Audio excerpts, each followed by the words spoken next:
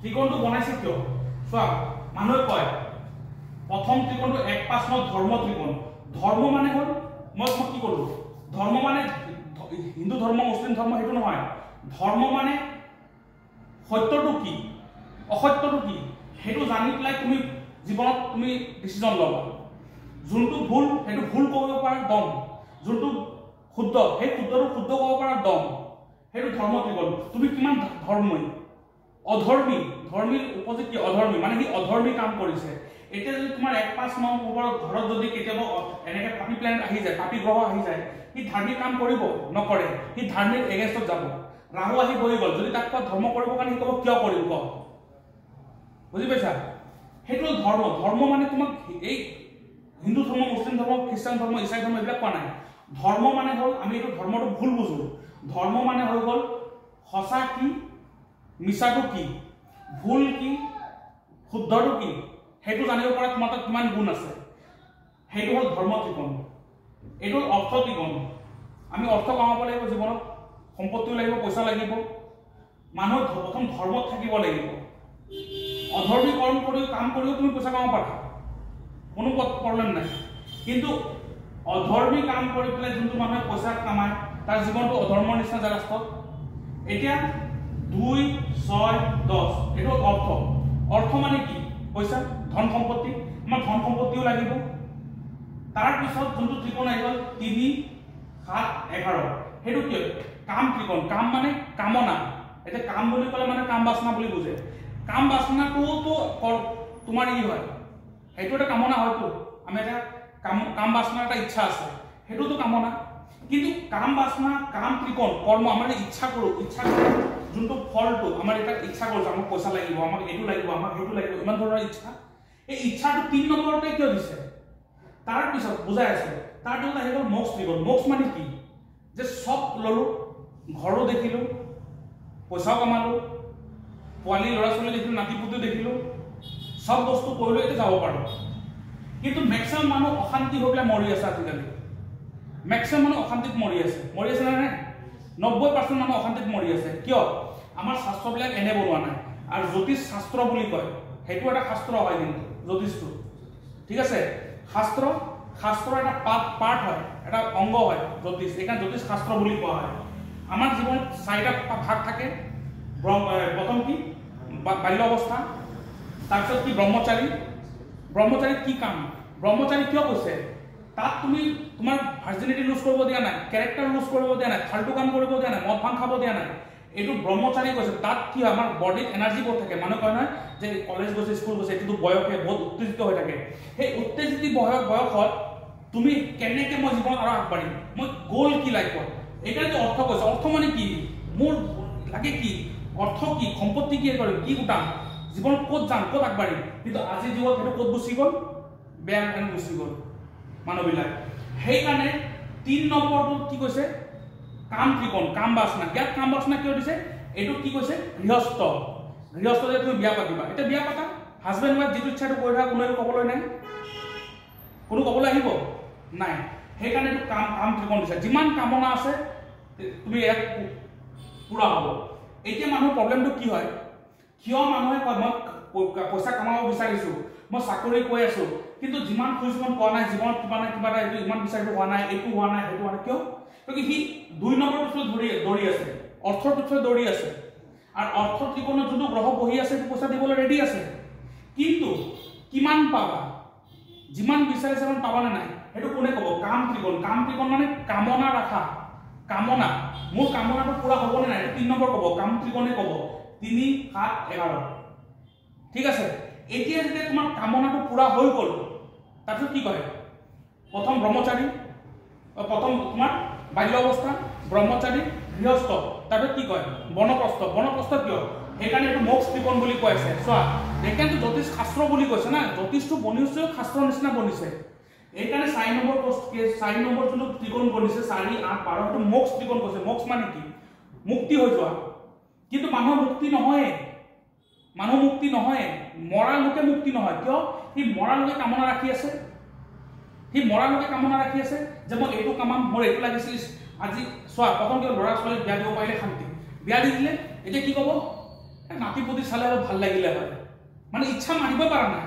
ঠিক আছে ভগৱান সেইটো দেখাই দিলে নাতিপতি ইছ এটা নাতি যদি বিয়া চাই যাব পাৰোঁ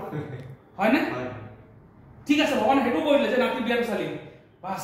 এতিয়া এটা ই দেখাই দে পোৱালি এটা দি দে মই তাক চাই পেলাই শান্তিৰে মৰিব পাৰিম এতিয়া মৰাৰ বিচনাত পৰি আছে এতিয়াও নাতি চাবলৈ মন আছে সেইকাৰণে মৰাৰ ভয় খাই আছে মানুহে আজিকালি মানুহে মৰিবলৈ ভয় কিয় খাইছে জানা কিয় কি সি কামনাতে ফচি আছে সি মোক্ষ জীৱনত অহাই নাই ইচ্ছা মুক্তি হোৱাই নাই কিয় মানুহে কি কৰে ইয়াত ভুল এটা ডাঙৰ ভুল কি কৰে কোৱাচোন ইমান পাও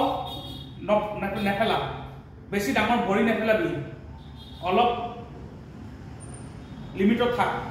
সেই লিমিটত থকাৰ কাৰণে কি হয় মনৰ যে ইচ্ছা কিছুমান থাকে দবাই দিয়া নহয় ইয়াত যদি মনৰ ইচ্ছা যদি দবাব লগা হ'লে হয় আমাৰ যিমান ঋষি মহাঋষিবিলাকে ইমান ধুনীয়াকৈ বস্তুবিলাক যে বনাই দি গৈছে এইটো কাম ত্ৰিকোণ বনাই দি গৈছে কামনা কৰিব দিছে কিয় দিছে তেনেহ'লে কামনা কৰিবলৈ মনত কামনা ৰাখিব দিছে কিয় যদি এইটো বেয়া হ'লে হয় বেয়া কামনা ৰখাটো বেয়া কিন্তু মোৰ খাব মন গৈছে ঘূৰিব মন গৈছে ফুৰিছা নাই কৰা মন খুলি কৰিছা নাই কৰা এই কাৰণে মেক্সিমাম মানুহ ইয়াতে ফচি আছে কামতে ফচি আছে সি মোক্ষ ত্ৰিকোণত অহাই নাই সেইটো মোক্ষ ত্ৰিকোণ কিয় কৈছে এইটো মোক্ষ ত্ৰিকোণ সেইকাৰণে কৈছে কিয় এইটো বনপ্ৰস্থ মানে মই যেতিয়া মই সৰু আছিলোঁ বাল্য আছিলোঁ তাৰপিছত মই পইচা চব ঘটিলোঁ সম্পত্তি বনালোঁ যিমান সম্পত্তি বনালোঁ সেই সম্পত্তিৰ পৰা যি ইচ্ছা চব কৰিলোঁ কামনা কৰিলোঁ ইচ্ছা পূৰ্তি কৰিলোঁ বিয়াও পাতিলোঁ যোনটো বিবাহ জীৱন যোনটো কৰিবলৈ কৰিলোঁ ল'ৰা ছোৱালীক বিয়া দিলোঁ হৈ গ'লে বিয়া দিলোঁ মোৰ কৰ্ম শেষ এতিয়া মই বনপ্ৰস্থৰ কাৰণে ওলাইছে মানে চব এৰি দিম কিন্তু মেক্সিমাম মানুহ এৰা নাই সেইকাৰণে এৰা নাই বুলি মৰালৈকে ইচ্ছা ৰাখি আছে বুলিহে মৰিব ভয় খাই আছে মানুহে কিন্তু মৰাটো চিৰসত্য বাক্য কোনো আজিলৈকে বাচি পোৱা নাই তো যোনটো চিৰসত্য বাক্য যোনটো মানুহে কেতিয়া আজিলৈকে কোনো মানুহ জীয়াই থাকিব পৰা নাই মৰিম এইটো খাটাঙে তো কিয় মই ফচি 3 নম্বৰত সেইকাৰণে যে জ্যোতিষ শাস্ত্ৰটো যেতিয়া আমাৰ পুষ্টিটো বনাইছে জ্যোতিষটো বনাইছে সেইটো এইমতে বনাইছে যে প্ৰথম ত্ৰিকোণটো 1-5-9 ত্ৰিকোণটো ধৰ্ম হ'ব আমি ধৰ্ম পথত থাকিম তাৰপিছত সেইটো শিকিলোঁ ধৰ্ম কি তাত আমি শিকিলোঁ ধৰ্ম কি অধৰ্ম কি তাৰপিছত আমি পইচা কামাম এনেকৈতো কৰা নাই আগত পইচা কামাবলৈ তাতে ধৰ্ম শিকিম নাই কিয় আগত ধৰ্ম কি শিকাইছে যাতে মই পইচা যেতিয়া কামাব যাম মই পইচাটো ধৰ্ম পথৰে কামাম অধৰ্ম পথৰে নকমাম এতিয়া যে পইচা কামাই ধৰোঁ পইচা কামাই পেলাই কি পেলাই দিম নেকি পানী নেপেলাম নহয় এতিয়া সেই পইচাটো ঘটিলোঁ সম্পত্তি ঘটিলোঁ ঘৰ বনালোঁ ধুনীয়া এটা বিচনা কিনিলোঁ বক্স পালেং কিনিলোঁ সেই তাত ভালকৈ শুম এতিয়া এই কাম ত্ৰিকোণ এতিয়া কামনাবিলাক পূৰা কৰিম এইবিলাকৰ পৰা মানুহে পইচা ঘটিছে আৰু ছেভিং কৰি ৰাখি দিছে কৰিছে এইটো মানুহে কি কৰিছে 2 নম্বৰ পইচা কামাইছে কামাই পেলাই কি কৰিছে ইঞ্চুৰেঞ্চ কৰিছে ফিক্সড ডিপজিট কৰিছে ঠিক আছে তাৰপিছত ছেভিং কৰিছে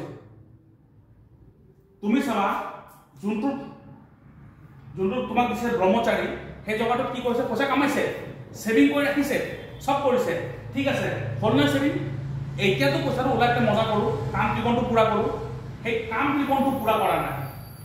ঠিক কামনা ফচি গৈ আছে এতিয়া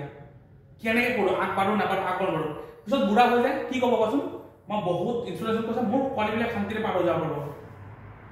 তোক কোনে কৈছে মোৰ পোৱালিৰ কথা ডিচাইড কৰিবলৈ সিহঁতে কৰিব ঠিক আছে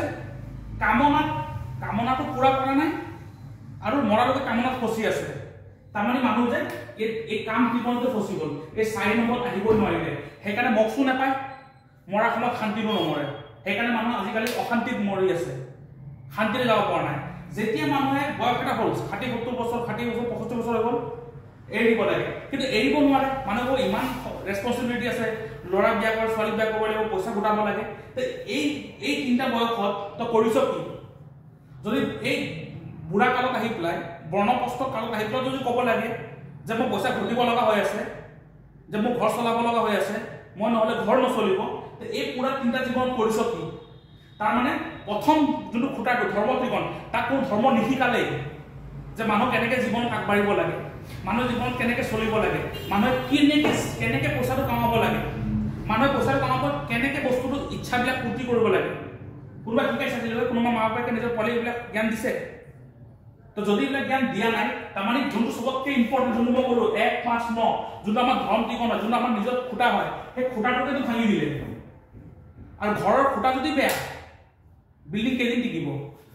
সেইকাৰণে তাৰ পিছৰ জীৱনৰ পৰা বস্তুবিলাক বৰবাদ হৈ গৈ থাকে দাদা প্ৰথমটো বাল্য হয় ন বাল্য এইটো ধৰ্ম জীৱন বাল্য অৱস্থা এইটো ইয়াত লগাব নালাগে সেইটোত মই বুজাব কৈছো যে আমাক যোনটো শাস্ত্ৰটো আৰু জ্যোতিষ শাস্ত্ৰ এটাই হয় ধৰ্ম বাল্যকালত কি কৰে কি কৰিছিল স্কুলত পঢ়ায় না স্কুলত কিয় পঢ়ায় আজিকালি স্কুলত পঢ়ায় যে পঢ়ি পেলাই কলেজত যাব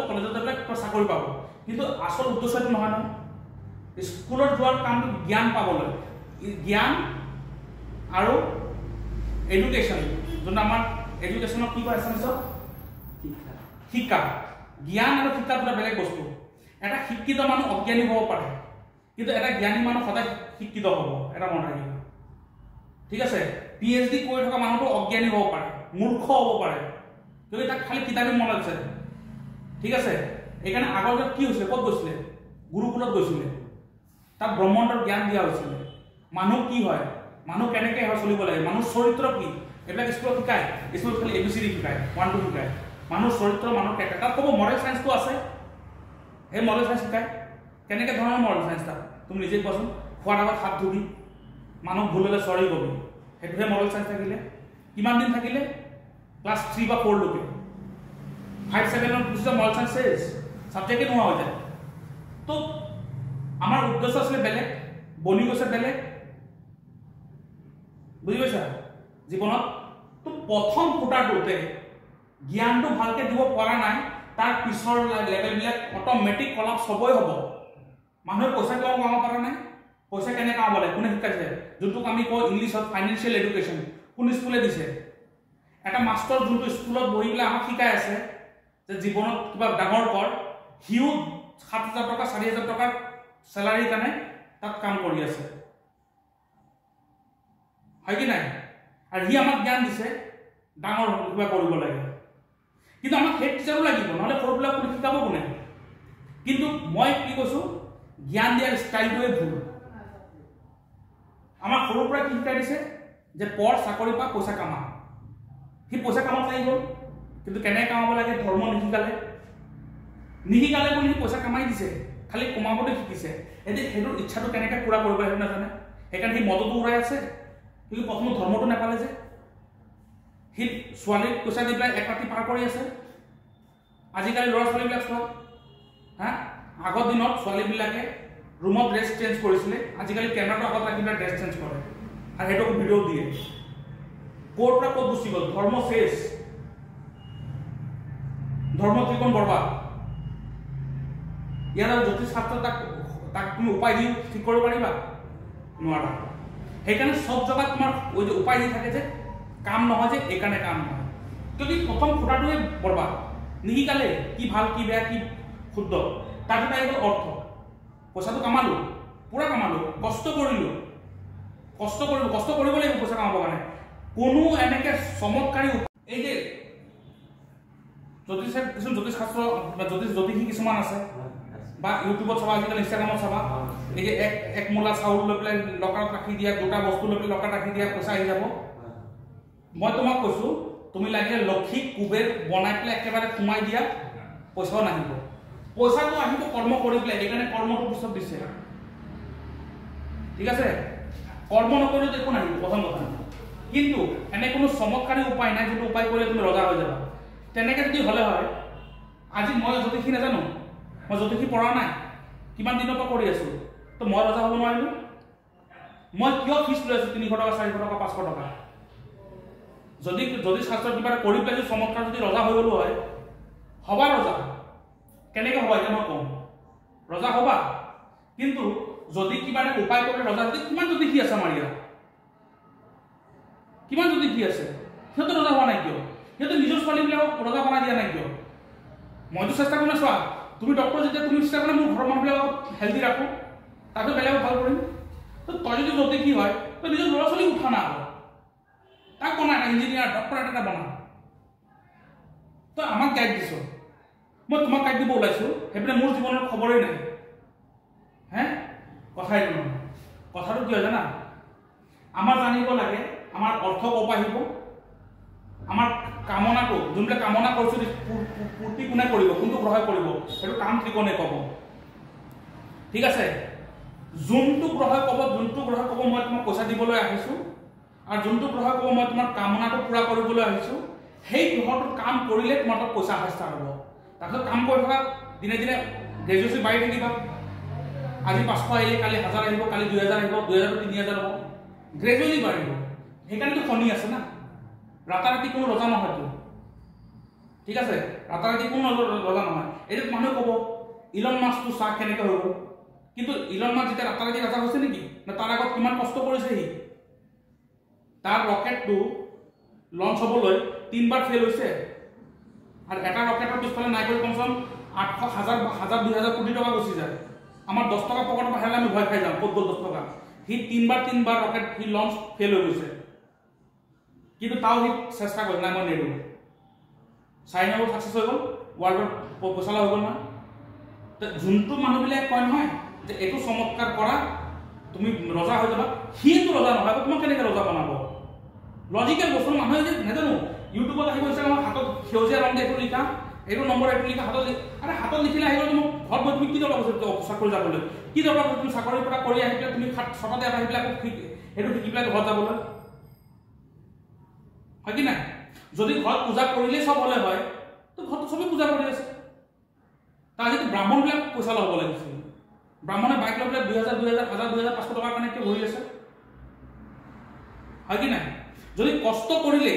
খালি কষ্ট কৰিলে যদি পইচা লয়, তাৰ ঠেলা বা ৰিক্সা চবতকৈ বেছি কষ্ট কৰিছে, তাতকৈ বেছি কষ্ট মই কৰা নাই কেতিয়াও। কিন্তু প্ৰব্লেমটো কি জানা,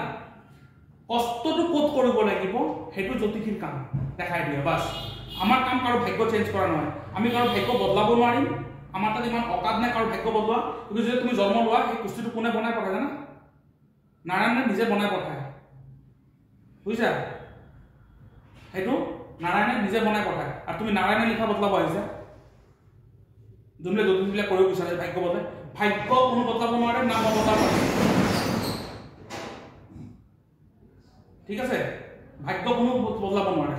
আমি বাছ দেখাব পাৰিম যে মোৰ ভাগ্য ক'ত আছে। আমাৰ কাম হ'ল ক'ত আছে ভাগ্যটো দেখাব, আৰু সেই ভাগ্যত গৈ পেলাই কামটো কৰা, বাছ সেইটোৱে, তাৰ বাহিৰে নহয়। আৰু এই যে মানুহবিলাক কি হৈছে শান্তিৰে মৰিব পৰা নাই, কিয় সি মৰালৈকেও কামনা ৰাখি দিছে। সি মোক্ষ ত্ৰিকোণত নাহিলেই, মোক্ষ ত্ৰিকোণতো মুক্তি দিব। 4 8 12 মোক্ষ ত্ৰিকোণ। এইকাৰণে অষ্টম ঘৰটো কি কয় মৰণৰ স্থান, ইয়াত মানুহ মৰে। এইটো তোমাৰ আয়ু ডিচাইড কৰিব। 8 নম্বৰ ঘৰটো তোমাৰ আয়ু ডিচাইড কৰিব, বুজিছা? কিমান বাচিবা, কিমান দিন বাচিবা, জীৱন কিমান আয়ু আছে, সেইটো ডিচাইড কৰিব তোমাৰ 8 নম্বৰ ঘৰে। ঠিক আছে,